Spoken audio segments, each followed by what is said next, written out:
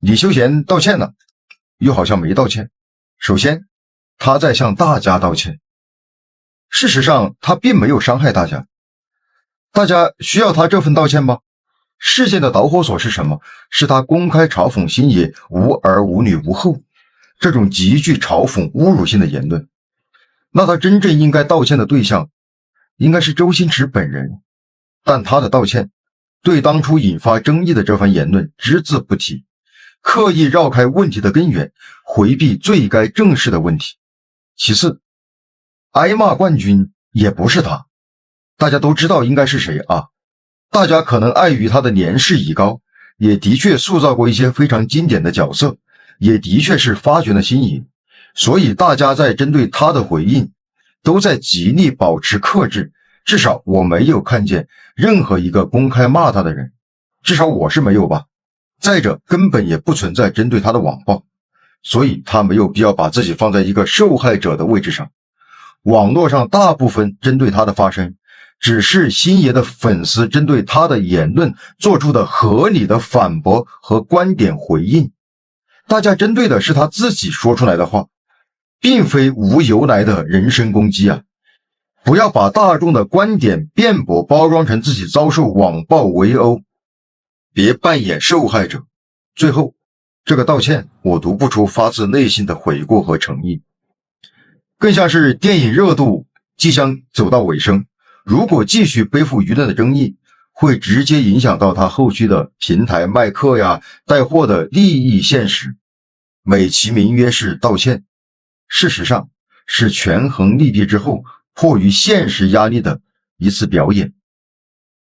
不要跟我扯什么得饶人处且饶人，那当初嘲讽星爷的时候，你有没有想过要手下留情呢？伤害已经造成了，要不要原谅是星爷的选择，我们没有资格去大度和宽恕。你们觉得呢？今天是2026年8月5号星期三，大家都看到这个李修贤这个内涵星爷的这个新闻了吧？我的第一反应就是李修贤已经74岁的高龄了，怎么还没过去30多年前的那道坎呢？并且这回直接上升到这个人身攻击，典型的这伤敌800自损1000。他的这番言论给星爷带不来任何伤害，但是保不好他自己的形象受损，晚节不保啊！作为这个香港的电影前辈，李修贤在直播中频频嘲讽周星驰，说人家赚钱多也没用，无儿无女，生活是空的。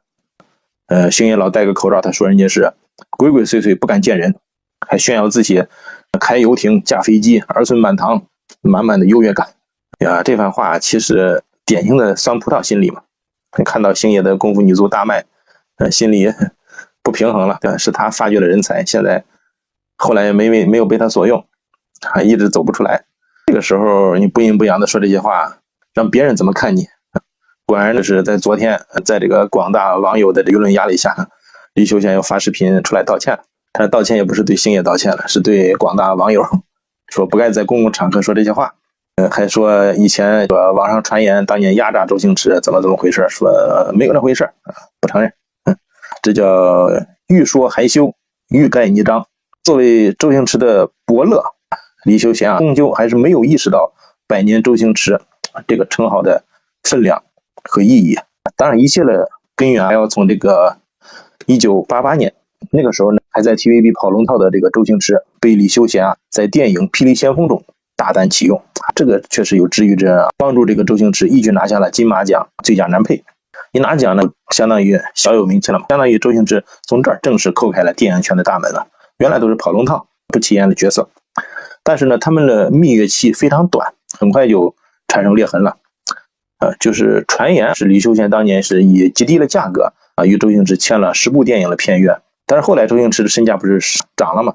所以说不满意，但是李修贤也没有做出任何表示，是吧？还是按照这个旧的报酬来给他，所以周星驰也是很心寒。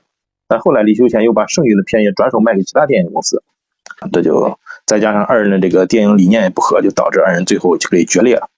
我感觉在这里面大头的原因应该还是他们对电影的理解不同。因为在李修贤的电影世界中，还是那种正派的那种威猛高大，是吧？正派的这种传统电影。但是周星驰呢是一种全新的一种手法，是吧？无厘头，是这种反向的，都是出乎意料的。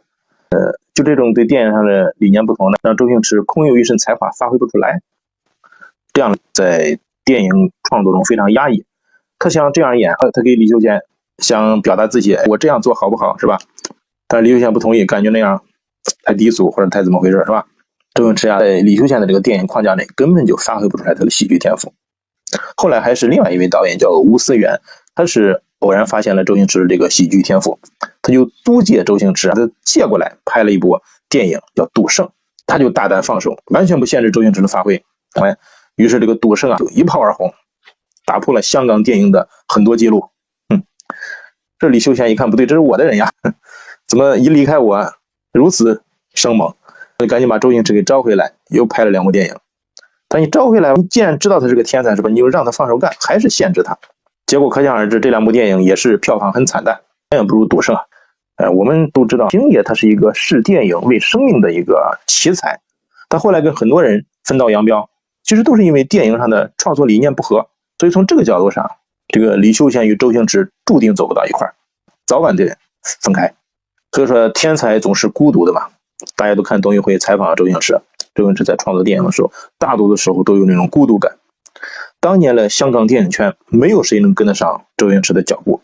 王晶曾说过，一开始跟周星驰还是能跟得上，想法都一样，后来慢慢王晶就跟不上周星驰的这个思维了。就是李修贤根本就不知道当年他发掘了一个什么样的天才，甚至说35年过去了，他依然不懂周星驰，他只会强调自己给周星驰带来机会，是吧？帮周星驰接了20多部戏连一杯奶茶也没让周星驰请自己喝过，没有拿过1分钱的佣金，这是鸡同鸭讲，不在一个时区。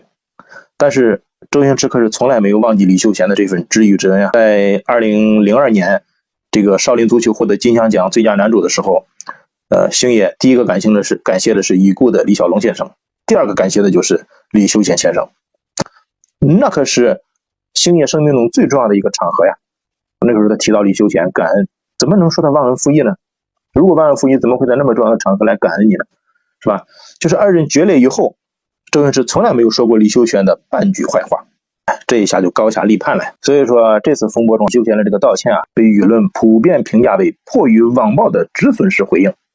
他在视频中恭喜功夫女足票房破20亿，还承认自己说话过分，但道歉的对象呢都是网友，不是星爷，并且坚决否认当年把这个合约卖给其他电影公司。有些话他可能确实不方便说这个谁是谁非咱都不知道，对不对？但是老揪住不放，那有点过分嘛，对不对？他这种态度还是让我们看到了一个非常倔强的老头，一个不愿意和解的老头。所以就很纳闷呀，你作为香港影坛的老前辈，是吧？大家都很尊敬的一个老前辈，你现在搞人身攻击，你拿周星驰无儿无女这个私生活来做文章，是不是有点太不像话了用你的这种思想儿孙满堂的这种标准来否定周星驰的人生价值，是不是太过分了？明眼人一看都知道，这种用自己的人生框架去丈量别人的成就，缺乏尊重，并且显得你没水平，你自认为自己很具有优越感，其实啥也不是。看看星爷其实早都放下了，但是李修贤呢，你老爱旧事重提，你提就提吧，我们也喜欢听星爷的一些旧事，你说点好的，对不对？说点这种喜闻乐见的，并且可以趁着这个机会一笑泯恩仇嘛，对吧？毕竟是有交情的嘛，非要把自己放在火上烤。这个时代已经不是你那个时候的江湖了，是吧？不是你李修贤的江湖了。你有你的这个游艇飞机儿孙绕膝，星爷也有他自己热爱的电影和无数的影迷，还有影迷在路演时给予星爷的那种至高无上的尊重和荣誉，哪有什么可比性啊，对吧？你用你这个人身攻击来攻击一个这个艺术上登峰造极的一个电影人，格局太小。咱们中国人来就是讲究施恩不图回报，否则的话就叫施恩，市井小民的施恩，你老有所求，我帮助你，我想得到点什么，这叫施恩，小恩小惠，对不对？你周星驰这种百年一遇的电影天才，是吧？你就算不遇到你李修贤，甚至可能遇到张秀贤、王修贤，甚至遇到王祖贤，对不对？不要把自己太当回事儿，学人家本山老师都很好，自己的徒弟一旦成名就放手，是吧？不会挡人家的前途，对不对？徒弟遇到困难了，人家还出言安慰、开导，就是尽其所能来帮助自己的徒弟，这才叫伯乐嘛，这才叫恩师嘛，对不对？但是我个人还是很喜欢李修贤的电影，可以说是从小看着他的电影长大的，包括比如说那个喋血双雄跟法哥一块联袂主演的，是非常的经典。但是这个时候还要劝这个贤哥一句啊，就是安生退休吧，是吧？过去的事让它过去，对不对？如果不能言归于好的，至少做到沉默是金吧，对不对？多保重自己的身体，是吧？